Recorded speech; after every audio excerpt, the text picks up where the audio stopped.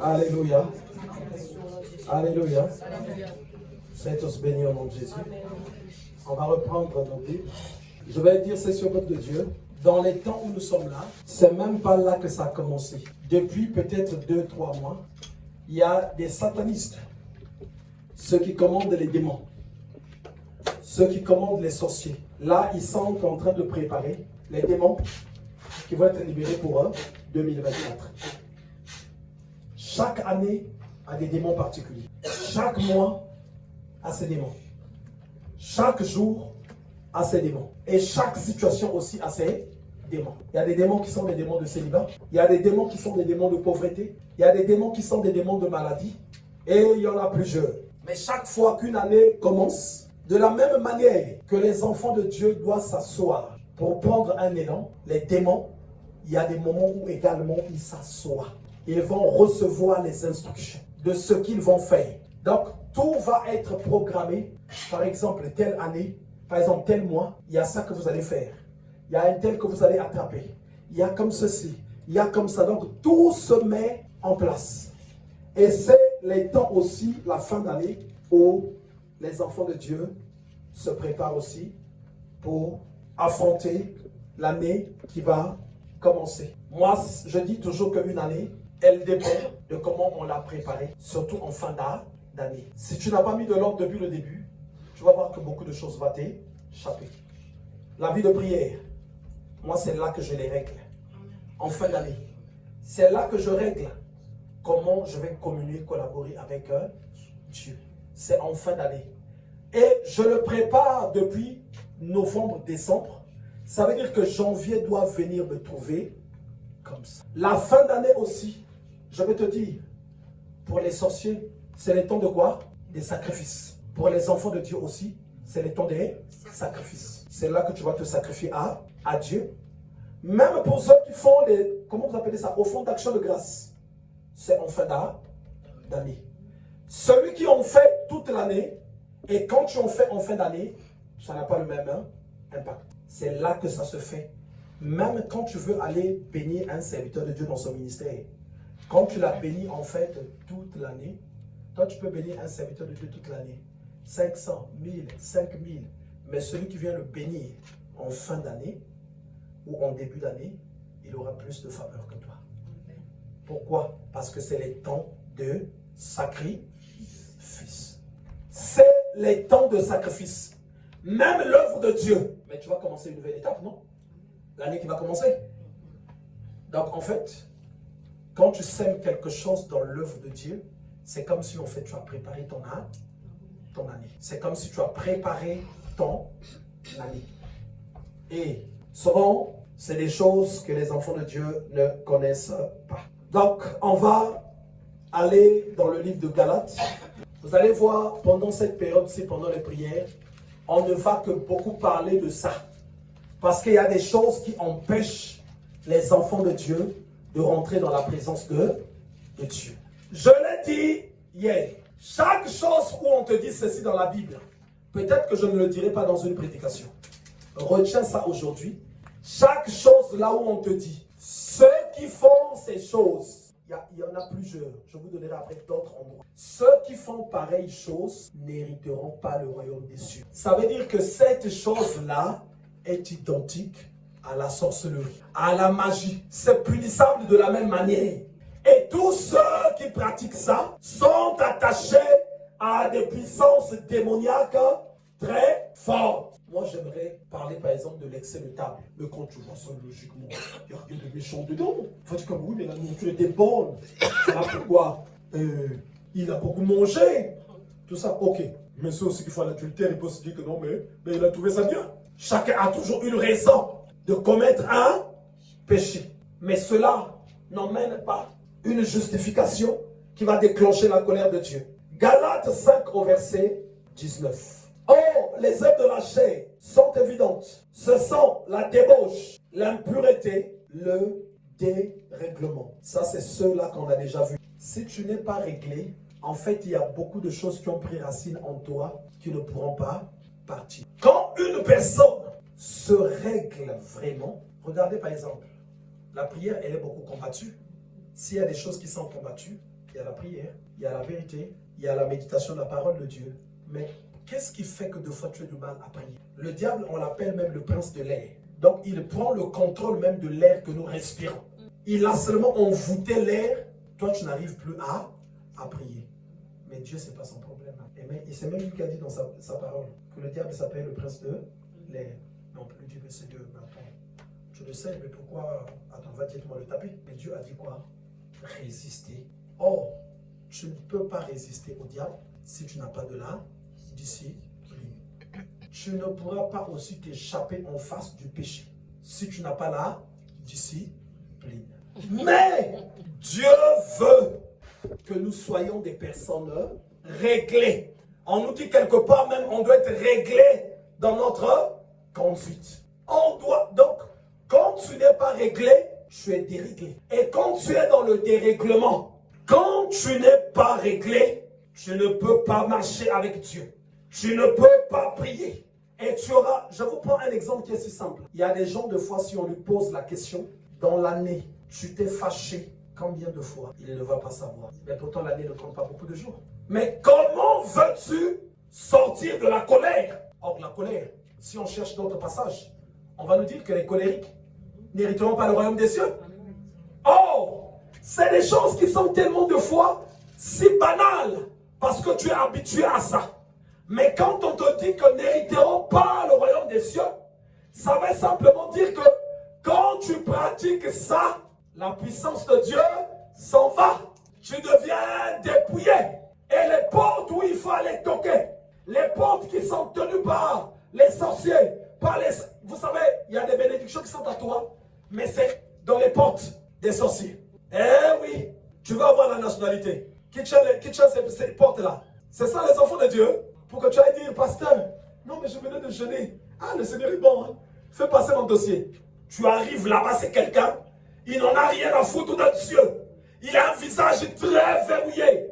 Même tu lui parles de ça, ça peut être la raison de te chasser, de ne plus te donner la faveur. Donc là-bas, il y a la seule chose qui va te donner la possibilité, c'est que tu viennes avec le royaume. Quand tu viens avec le royaume, il essaie de fermer la porte, mais il n'y a plus de possibilité. Le royaume est en train d'ouvrir directement la porte. Or, les colériques n'hériteront pas le royaume de Dieu. Alors, combien de fois tu t'es fâché dans l'année? Tu ne connais pas ce nombre-là. Moi, en une année, je peux te sortir chaque fois où je note les choses. Je ne peux pas me fâcher 5 ou 10 fois dans l'année sans que je n'ai noté que je me suis fâché tant de fois. Mais comment je vais travailler ce côté-là? Comment je vais le travailler? Comment je vais le travailler? Et cette bataille-là, comme je l'ai bataillé, les années, je sors victorieux. Tu vas voir deux fois, une année de 365 jours, je me suis fâché 0 fois. Amen. Amen. 0 fois. Mais parce que c'est de mon intérêt. C'est le royaume seulement qui me fait vivre. Je ne suis pas le fils d'un général. Je ne suis pas le fils d'un ministre. Je ne suis pas le fils d'un président. Tu es comme moi. Et qu'est-ce qui va te faire vivre? Qu'est-ce qui va te faire vivre? Ta beauté, non. Là-bas aussi, ils ont des gens aussi très beaux là-bas. Tes vêtements, c'est eux-mêmes qui les fabriquent. Tu vas les dire quoi? Les poèmes. Ceux qui ont fait les poèmes, même, c'est leur personne à eux. Tu n'as rien à leur ramener, sinon que le royaume. Donc, pour la recherche du royaume, je fais un travail. Je fais un travail. Là, Paul ne parlait pas à des païens, mais il parlait à des chrétiens. Les chrétiens qui étaient à Galate. Alors, quand il s'agit des choses du royaume, je ne dors pas. Vous savez, il y a des choses que je peux vous dire. Vous pouvez peut-être penser que non, que le pasteur peut-être il exagère. Mais mon épouse est là. Ça fait tellement des années que je lui ai fait faire ce travail-là. Aujourd'hui, Megan, c'est un enfant que nous avons adopté. Ça fait des années qu'il est avec nous. Aujourd'hui, Divin également, il est avec nous. Divin, combien de fois tu as vu dans notre maison qu'on se chamaille? Combien de fois tu as vu les états d'humeur? Mais parce que c'est des choses qu'on a déjà vaincues. Amen. Quand tu vas arriver, c'est pas que voilà, on fait semblant. Non, chez moi, il y a l'exercice tous les jours. Chaque chose qui peut te priver de la présence de Dieu, il faut que tu la combattes. Il faut que tu la combattes. Comment ça se fait que tu te fâches, tu t'énerves, tu te chamailles avec ta femme? Non. ça veut dire qu'il y a quelque chose qui ne va pas. C'est vous qui perdez. Vous perdez le royaume. Vous perdez la présence de Dieu. Alors, qu'est-ce que vous allez faire? Il faut faire un travail. On nous parle ici des animosités. Quand tu vas au milieu des enfants de Dieu, il y en a beaucoup. Les animosités, c'est les choses, tu entends les chrétiens. Ah, vraiment, moi, quand je me fâche, je ne joue plus. Là, ça veut dire que la personne affirme sa position d'animosité. Mais le royaume n'est pas pour toi. Tu ne recevras pas la puissance qui marchera avec toi pour aller ouvrir les portes. Quand j'ai connu l'évangéliste, elle se fâchait aussi.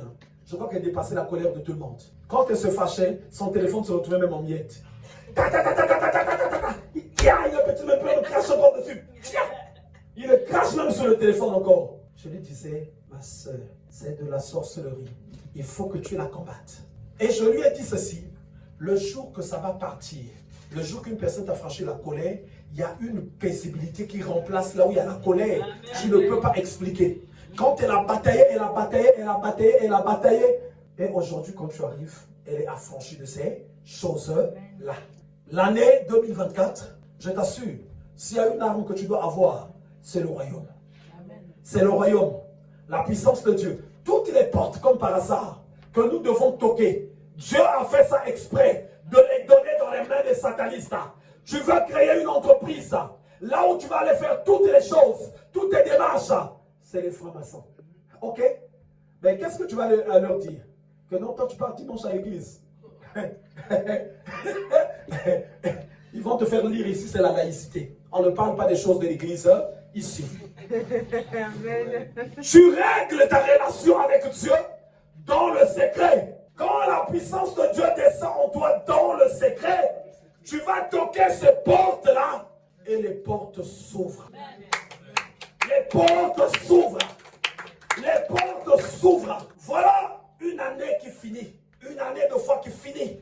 On retrouve un chrétien qui n'a pas fait un travail sur sa chrétienté. C'est une grande perte. Et moi, je crois que nous avons un Dieu tolérant, qui est amour. De fois, en voyant le comportement des enfants de Dieu, non. Non. Une année. Pourquoi pendant l'année, les enfants partent à l'école? On leur apprend des choses. Et ils ont des examens à passer. Mais nous aussi, les enfants de Dieu, c'est ça. Le Seigneur nous enseigne. Mais quand on te dit, ceux qui commettent de telles choses n'hériteront pas le royaume de Dieu. Mais tu dois avoir peur. Tu dois avoir peur. Tu regardes ton père. Tu regardes ta mère. Par exemple, nous là, tu regardes. Tu n'as pas de père. Tu n'as pas de mère. Pour dire que non, non. Même si, par exemple, les gens partent le réveiller là-bas à la tombe. Il était déjà mort malade. Il va même dire, mais comment je vais te sauver même? Moi-même, je suis parti malade. Donc, tu n'as en fait personne. Tu n'as que Dieu. Alors, tu es obligé de régler ta vie. Quand je dis que telle chose, quand tu le commets, tu n'hériteras pas le royaume des cieux. Bon, tout de suite, là, je n'ai pas le choix. On nous dit ceci, appliquez maintenant votre cœur à rechercher l'Éternel, votre Dieu. Appliquez maintenant votre cœur. Votre appliquer. Donc, on doit s'appliquer. On doit faire ce travail. L'apôtre Paul dit encore, exercez-vous à la piété. La piété, c'est la vie chrétienne. Donc, on doit y faire des exercices. On doit y faire des exercices. Il faut que je m'exerce à la prière. Même la foi. Il faut que tu t'exerces à la foi. Il y a des gens qui ont la foi parce que les choses vont bien. Ah, moi j'ai la foi. J'en ai beaucoup rencontré. Mais le jour où la chose n'a plus marché, la foi est partie. Parce que simplement, il ne s'est pas exercé à la foi. La foi, il faut y faire un travail. Donc, je vais relire. C'est ça, la débauche, l'impureté, le dérèglement. Donc, le dérèglement, j'insiste beaucoup sur ça. Il faut que chacun se règle pour pouvoir expérimenter la main de Dieu. Ta vie de prière, tu dois la faire grandir. La connaissance de Dieu, elle doit grandir. Si la vie de prière n'avance pas, recherche de fois qu'on prie pour toi. Recherche qu'on prie pour toi. Recherche qu'on prie pour toi. Moi, il y a des moments où j'ai des gens avec moi que je forme des équipes, des formations qui se passent dans différents endroits. Et ici, d'autres personnes ont déjà été ou sont encore dans ces formations-là. Il faut déjà que je vois que ton cœur est disposé. Je ne vais pas aller passer mon temps à une personne que je vais former, mais qui n'y est pas vraiment intéressé. Tout ce que je fais rentrer dans la formation de la prière, parce que quand tu arrives dans ces formations-là, les gens prient 5 heures, 7 heures. Les personnes qui sont rentrées, quand ils rentrent au début, Tu vois, des fois, au bout de 2 heures, la personne commence à ronfler. Des fois, elle a dormi pendant 2 heures. Mais quand elle se réveille, elle s'aperçoit que non, ceux qui sont là sont encore en train de prier. Au bout de fois de 1 mois, 2 mois, tu ne vas pas comprendre comment la vie de prière de cette personne-là va s'ouvrir. Après, quand elle va prier 1-2 heures, en fait, c'est comme si elle n'a pas prié. Quand l'évangéliste avait la tumeur, le cancer qui a failli l'emporter, avant qu'elle n'ait sa délivrance, en fait, on avait réunion avec des personnes qui étaient en formation. Et bon, à cette réunion-là, maintenant, tout le monde, tous ceux qui étaient là, ils avaient maintenant avancé. Donc, c'est des moments de prière et également aussi des moments d'enseignement.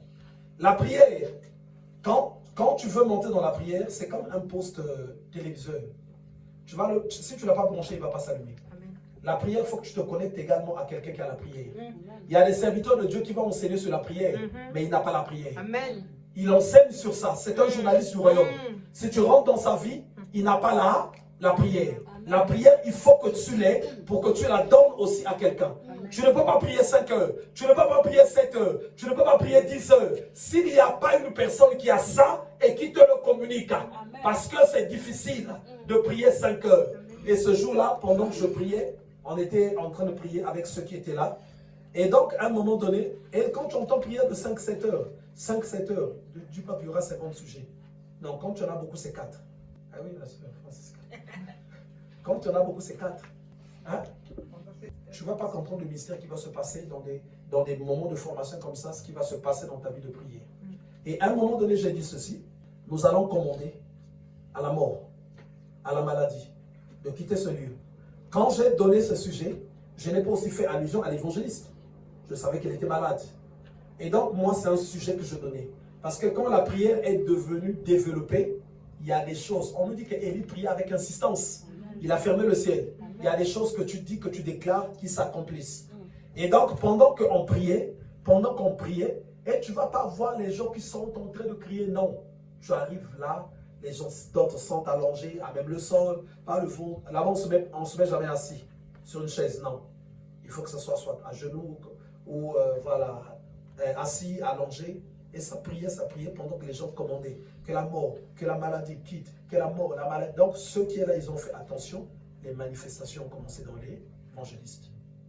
Mais pourtant, personne ne priait pour elle.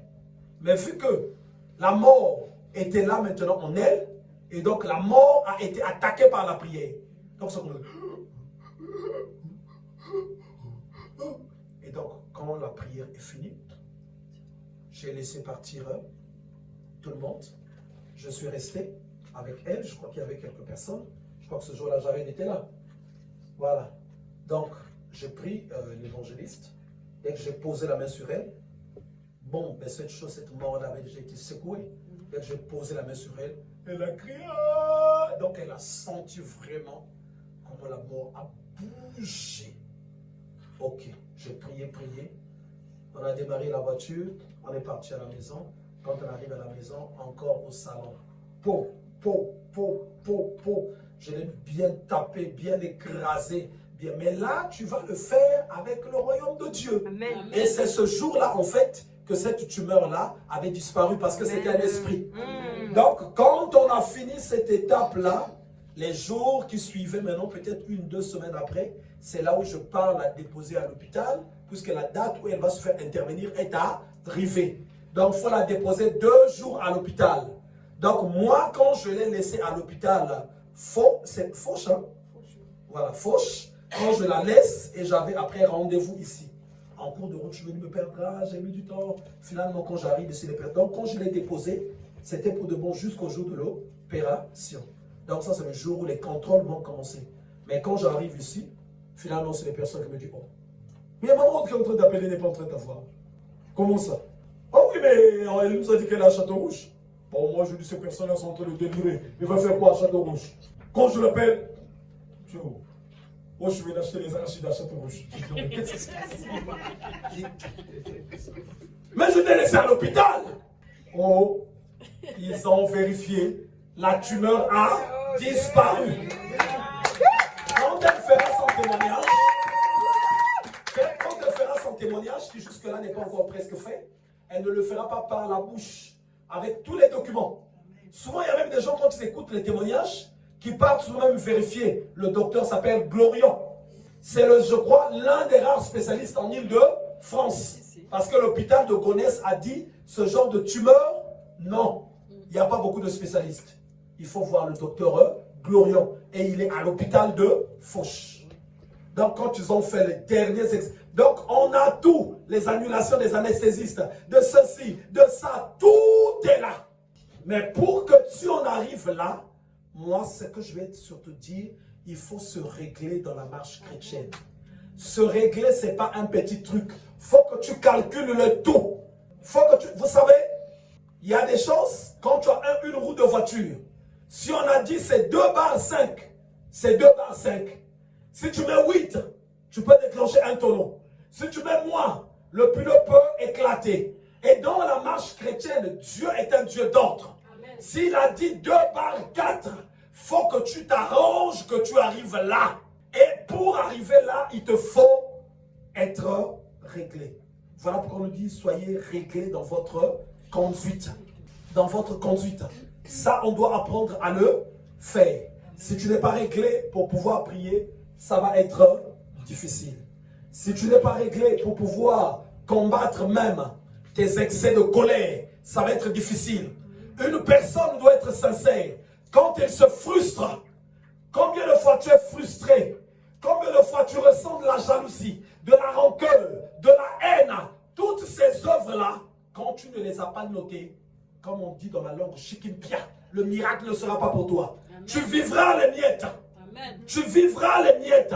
Si tu ne te disciplines pas, tu ne vivras pas la main de Dieu. Et voilà pourquoi ici, parmi ces choses qui privent le royaume, on nous parle du dérèglement. Après, on va nous parler de l'idolâtrie, de la magie. Et là, je crois que bon, souvent c'est des choses là, les chrétiens. Hein. Ah non. Moi, ça fait longtemps que je n'ai pas touché. Et effectivement, par le fait qu'ils se concentrent seulement beaucoup sur l'idolâtrie, la magie, c'est ce qui les fait tomber ailleurs. Or, tu combats, tu rejettes l'idolâtrie, il faut que tu rejettes aussi les querelles. On nous en parle ici. Regardez, on va bien le dire. L'idolâtrie, la magie, ça ne s'arrête pas là. On est maintenant dans les rivalités, les querelles, les jalousies, les animosités, les disputes. Or, ça, c'est très fréquent. C'est très fréquent au milieu des enfants de Dieu. Mais ces enfants de Dieu, là, ils ont besoin du royaume. Tu vas les entendre deux fois. Non! Même si je prie, non. Non, laisse. Il y a des choses qu'il ne faut pas tolérer. Donc, les rivalités, les querelles, toutes ces choses-là sont souvent très fortes. Les animosités, les disputes, c'est souvent très fort. Mais si tu veux voir la main de Dieu, quand tu pratiques ça, réfléchis et vérifie. Tu vas sentir si c'est quelque chose qui est en toi. Si c'est venu passager aussi, tu vas le sentir. Si tu vois que c'est en toi, combat cette chose. Quand tu as combattu ça, tu remportes la victoire, ça te rapproche de Dieu. Les démons ne sont pas forts. La sorcellerie n'est pas forte. La magie n'est pas forte. Les pleurs, de fois que nous pleurons là, je recherche telle chose, je n'obtiens pas. C'est parce que simplement, on ne sait pas rechercher la face de Dieu. Alors recherche le royaume. Et pour avoir le royaume, il faut que tu rentres dans ces principes-là. Vérifie combien de fois tu te chamailles. Vérifie combien de fois tu jalouses. Vérifie combien de fois tu as de la rancœur. Vérifie combien de fois tu as... Et commence à combattre ça. Il y a des gens, c'est un chrétien. Lui, chaque semaine, en fait, la rancœur devient même son parent. C'est son parent même. À la moindre chose, donc, il a la rancœur dans son cœur. Donc, je me demande comment ces cœurs-là ne s'explosent même pas. Tu veux pas quelque chose, tu veux pas... Non. Garde ton cœur. On nous dit... Veille sur ton cœur plus que sur toute autre chose. Car de lui viennent les sources de la vie. Et 2024, c'est l'année. Moi, chaque année, je dis ça va être une année de quoi? Et 2024, c'est l'année du royaume. Il faut que chacun ait le royaume en lui. Il faut que chacun ait le royaume. C'est le royaume qui va permettre d'aller ouvrir les portes qui sont durement fermées. Chacun doit revêtir, être rempli de la puissance de Dieu. Même pour faire avancer l'église, même pour qu'il se fasse des grandes délivrances, ce n'est pas seulement en moi que la puissance de Dieu doit se libérer. C'est dans la vie de tous ceux qui sont là. De tous ceux qui sont là. Donc alors, il faut vraiment, l'année prochaine, 2024, Dieu m'a montré beaucoup de choses vont se faire au milieu des enfants de Dieu. Et notre principe à nous doit être le royaume. Il faut qu'on soit disposé à bien le recevoir. Il faut qu'on soit disposé à pouvoir être rempli de la présence, de la puissance de Dieu. Qu'on soit disposé de sorte que le ciel soit ouvert afin que la main de Dieu s'étende. Dieu bénit, je vous assure, il fait du bien, mais c'est nous qui ne comprenons pas. Donc, les rivalités, les querelles, les jalousies, les animosités, les disputes, sortez de ça. Sortez de ça. Donc, jusque-là, c'est là qu'on s'arrête. Donc, 19 à 20 et on verra la suite après. On va simplement se lever. Je vais faire une courte prière. Donc, on va simplement lever les mains.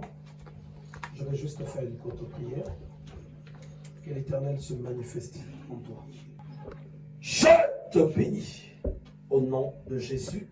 Et je prie que chaque disposition qui ne donne pas gloire à Dieu dans ta vie soit ôtée dans le nom de Jésus. Chaque œuvre de l'enfer, de la mort, chaque comportement ou chaque manière de vivre qui bloque le royaume, qui empêche le royaume d'arriver dans ta vie, que ça soit détruit et ôté de ton esprit dans le nom de Jésus. J'allume le feu, le feu, le feu, le feu, le feu dans ton âme et ton esprit et je détruis toute puissance maléfique. J'ordonne à la sorcellerie, aux puissances occultes opérant dans ta vie de s'éloigner de toi au nom de Jésus. Que ton esprit, que ton âme,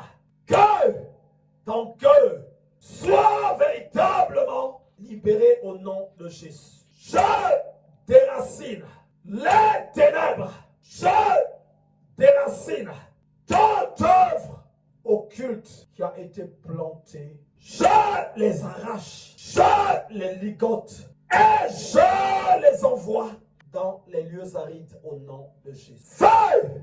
Feu! Feu! Feu! Feu! Feu! Feu! Feu! Que l'onction de Dieu touche tout le monde ici présent.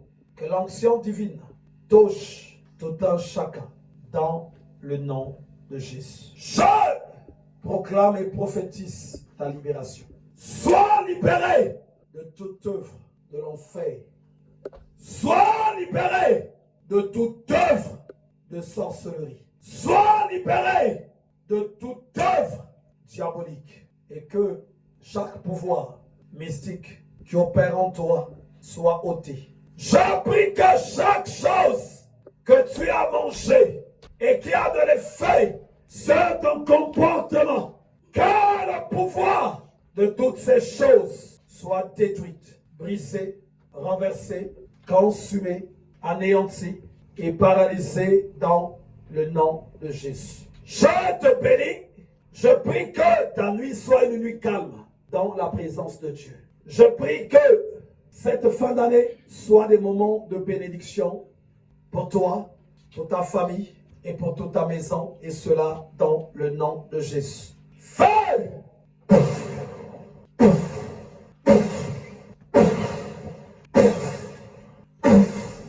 Que les œuvres du serpent soient détruites dans la vie de tout un chacun. Que le comportement des hommes soit anéanti, coupé. Que tout agissement qui trouve ses sources dans le monde démoniaque, que ça soit totalement coupé au nom de Jésus. Feu! Que l'onction divine remplisse tout ton être. Je prie que la grâce de Dieu coule, se libère, se manifeste en toi. Que là où il y avait des ténèbres, que les ténèbres soient ôtées et que tu sois éclairé par la présence, la puissance de Dieu, par sa lampe, dans le nom de Jésus. Nous disons tous Amen. Amen.